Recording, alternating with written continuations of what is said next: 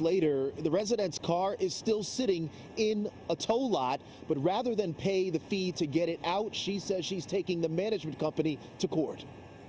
In a city where things are not always as they seem, drivers on Manhattan's Upper West Side are finding out the hard way that parking on the wrong street can cost you big time. They took my car on New Year's Eve. Melinda Scott parked her car near the corner of West 60th Street and Freedom Place South in the heart of a neighborhood filled with recently constructed luxury high-rise developments. The practicing attorney's vehicle was towed to a lot in the Coney Island section of Brooklyn.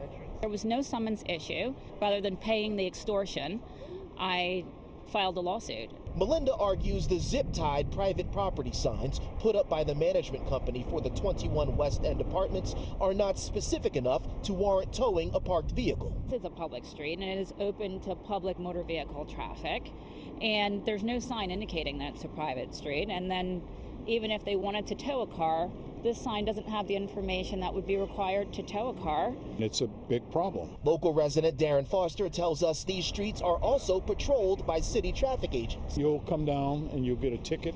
A spokesperson for the management firm, the Dermott Company, tells Pix 11 News, quote, "We built those roads when we constructed the property, and we own those roads today. As far as we are aware, we are permitted to enforce parking regulations on our private streets per New York City.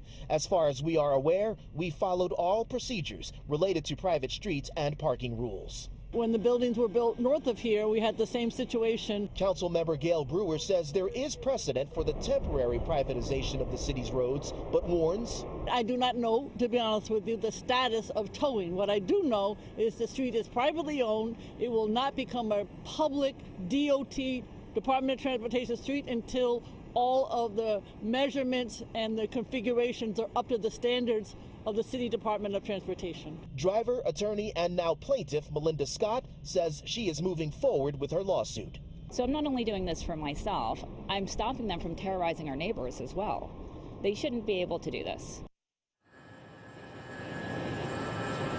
We have no word on when these private roads are going to be turned over to the city, but a spokesperson for the DOT tells us they're going to review this location and then referred us to the NYPD for any questions regarding parking enforcement. We have not heard back from the NYPD in time for this report.